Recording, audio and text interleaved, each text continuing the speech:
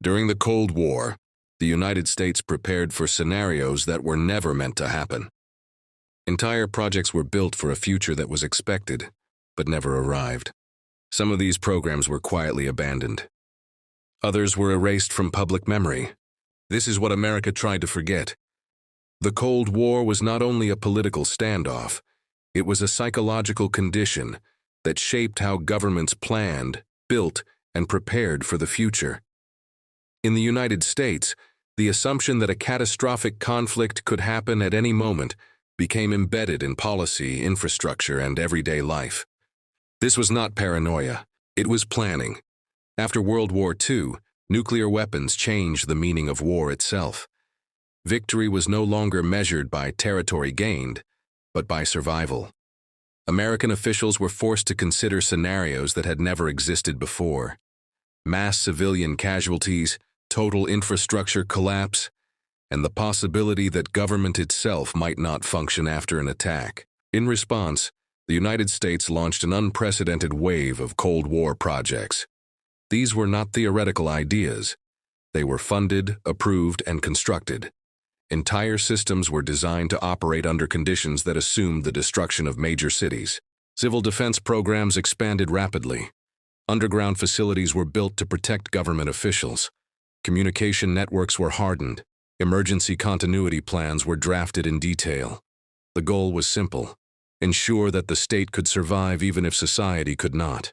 These projects existed in parallel with everyday American life. Schools held drills.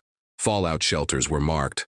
Public information campaigns normalized the idea that nuclear war was survivable if people followed instructions. Behind the scenes, far more ambitious preparations were underway. Some Cold War projects were defensive. Others were strategic. Many blurred the line between the two. Facilities were constructed in remote areas, hidden beneath mountains or deep underground. Entire support systems were created to sustain leadership for weeks or months after an attack.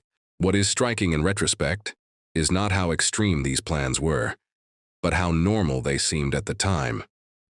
The Cold War created a mindset where preparing for the unthinkable became routine. However, not all projects were completed. Some were abandoned quietly. Others were dismantled or repurposed without public explanation. As political priorities shifted and the immediate fear of nuclear war faded, many of these programs became inconvenient reminders of a darker logic. They were not destroyed because they failed. They were forgotten because they no longer fit the narrative. The existence of these projects reveals a deeper truth about the Cold War. It was not only about weapons and diplomacy. It was about managing fear at a national scale, planning for scenarios that leaders hoped would never occur, but believed were inevitable. This mindset reshaped America's physical and institutional landscape. Long after the Cold War officially ended, its infrastructure remained, sealed, repurposed, or left behind. Understanding these projects means understanding how far a nation was willing to go to prepare for the end of everything. One of the most ambitious Cold War projects undertaken by the United States was the construction of underground facilities designed to preserve government continuity after a nuclear attack. These were not simple shelters. They were fully functional environments, built to operate independently from the surface world. Deep beneath mountains and remote regions, entire complexes were created. They contained living quarters, command centers, power systems, water supplies, and communication networks. Some were capable of supporting hundreds, even thousands of people for extended periods of time. The purpose of these underground cities was not to save the population. It was to preserve the state. Government planners accepted a harsh reality. In a full-scale nuclear exchange, millions would die. The question was not how to prevent that outcome, but how to ensure that leadership, military command, and institutional authority could continue afterward. These facilities were designed to remain hidden. Their locations were classified. Their construction was disguised as ordinary infrastructure projects. Workers often did not know the full purpose of what they were building. Inside, conditions were strictly controlled. Air filtration systems were engineered to remove radioactive particles. Supplies were stockpiled for months. Redundant systems ensured that failure in one area would not collapse the entire facility. This assumption was never tested. As decades passed and the immediate threat of nuclear war receded, many of these facilities became difficult to justify. They were expensive to maintain, politically uncomfortable to explain, strategically tied to scenarios that leaders preferred not to discuss. Some were quietly decommissioned, others were repurposed. A few were sealed and left untouched. Public acknowledgement came much later. When information about these sites was finally released, the reaction was often disbelief. The idea that entire underground governments had been prepared, while civilians were offered minimal protection, forced a reassessment of Cold War priorities. These facilities now stand as physical reminders of an era when survival was measured not by human cost, but by institutional continuity. They were not built in secret because they were illegal. They were hidden because their existence revealed uncomfortable truths. The underground cities of the Cold War were never meant to be remembered. They were meant to be used only if everything else failed. That moment never came, and in their silence, these spaces reveal how far a nation was willing to go to prepare for the end, while hoping it would never arrive. While underground facilities were built to preserve physical command structures, another category of Cold War projects focused on something less tangible: the human mind.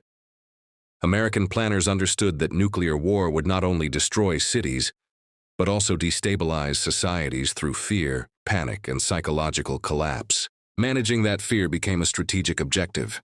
Government-funded programs explored how populations respond under extreme stress.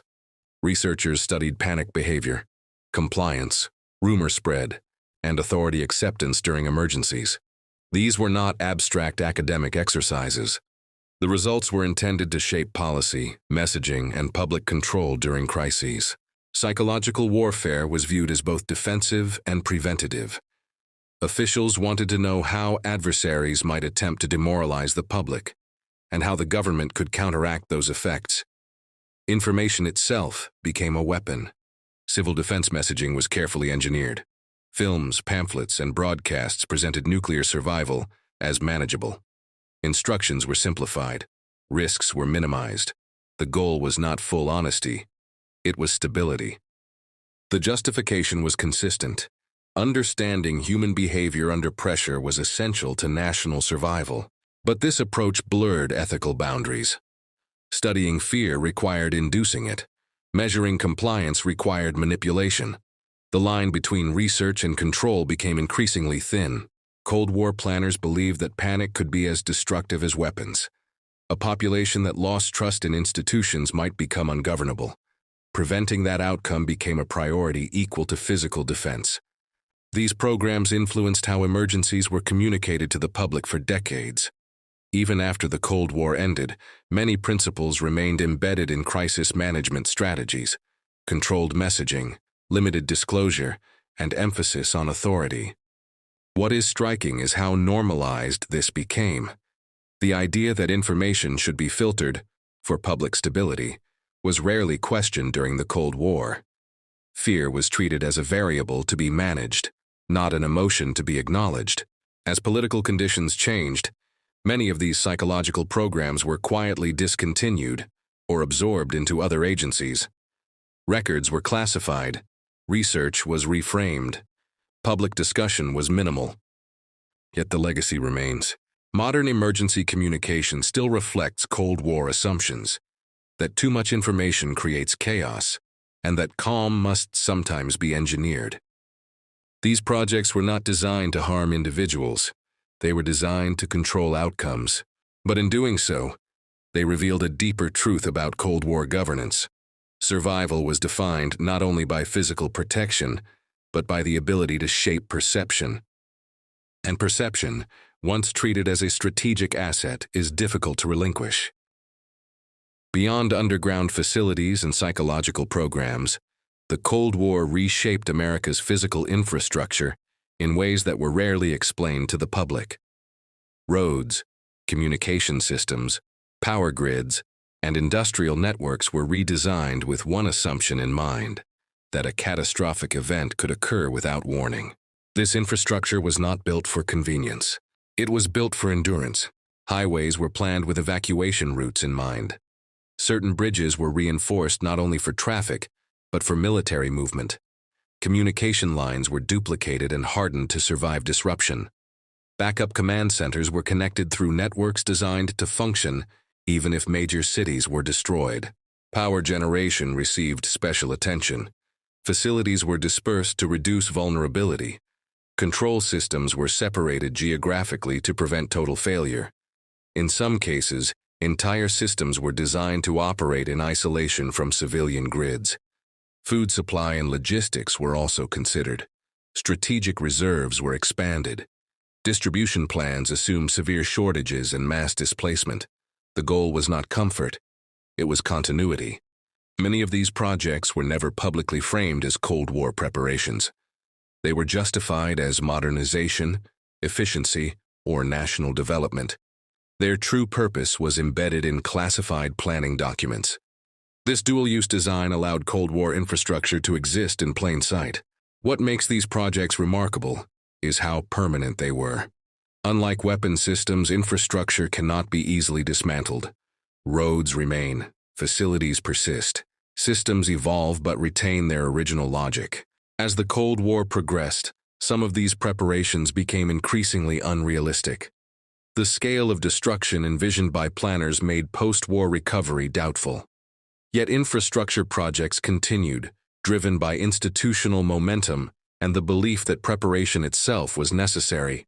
When geopolitical tensions eased, these systems did not disappear. They were absorbed into civilian use, quietly repurposed, or left partially operational. Few people questioned their origins. Only later did historians and investigators begin to trace how deeply Cold War assumptions were embedded in everyday structures. This infrastructure reflects a mindset that accepted extreme scenarios as planning baselines. It reveals how the expectation of catastrophe shaped not only military strategy, but the physical layout of the nation. The roads people drive today, the networks that carry information, and the systems that distribute energy were, in part, shaped by a future that never happened. These projects were not abandoned because they failed. They remained because they were designed to outlast fear itself. Not every Cold War project reached completion. As decades passed and political realities shifted, many programs quietly lost their purpose. They were not publicly canceled. They were simply allowed to fade. Some facilities were sealed and left untouched. Others were dismantled, repurposed, or stripped of their original function. Records were archived, classified, or quietly destroyed. What remained was a scattered landscape of unfinished plans and abandoned preparations. The reasons were rarely dramatic. Maintaining Cold War infrastructure was expensive. Politically, these projects became uncomfortable reminders of a period defined by fear and extreme assumptions. Strategically, new technologies and doctrines made some preparations obsolete. Most importantly, the scenarios they were built for never occurred. As the threat of immediate nuclear confrontation diminished, the logic that justified these projects weakened. The idea of governing from underground cities, managing populations through tightly controlled information, or sustaining continuity after total destruction, no longer aligned with emerging realities.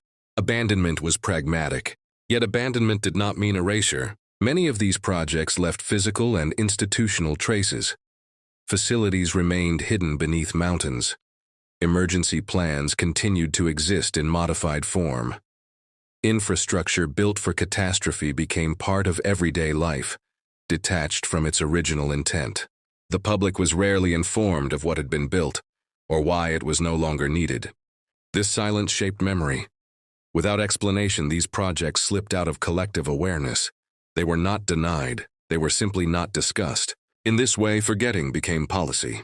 What these abandoned Cold War projects reveal is not failure, but adaptation. Governments respond to fear by building. When fear changes, they move on. The structures left behind become artifacts of a mindset that no longer fits the present. But those artifacts matter. They show how far a nation was willing to go to prepare for its own destruction. They reveal priorities that favored continuity of authority over preservation of normal life. They expose assumptions about survival that were never tested and never questioned publicly. Understanding why these projects were abandoned helps explain how power operates under long-term pressure. Preparation does not always end with use. Sometimes it ends with silence. The Cold War officially ended, but its infrastructure did not vanish overnight. It remains embedded in systems, policies, and places that people encounter without knowing their origins. These projects were not meant to be remembered. They were meant to exist only if everything else failed. That moment never came, and in their abandonment they tell a final story. Not about war, but about how a society prepares for endings it hopes will never arrive.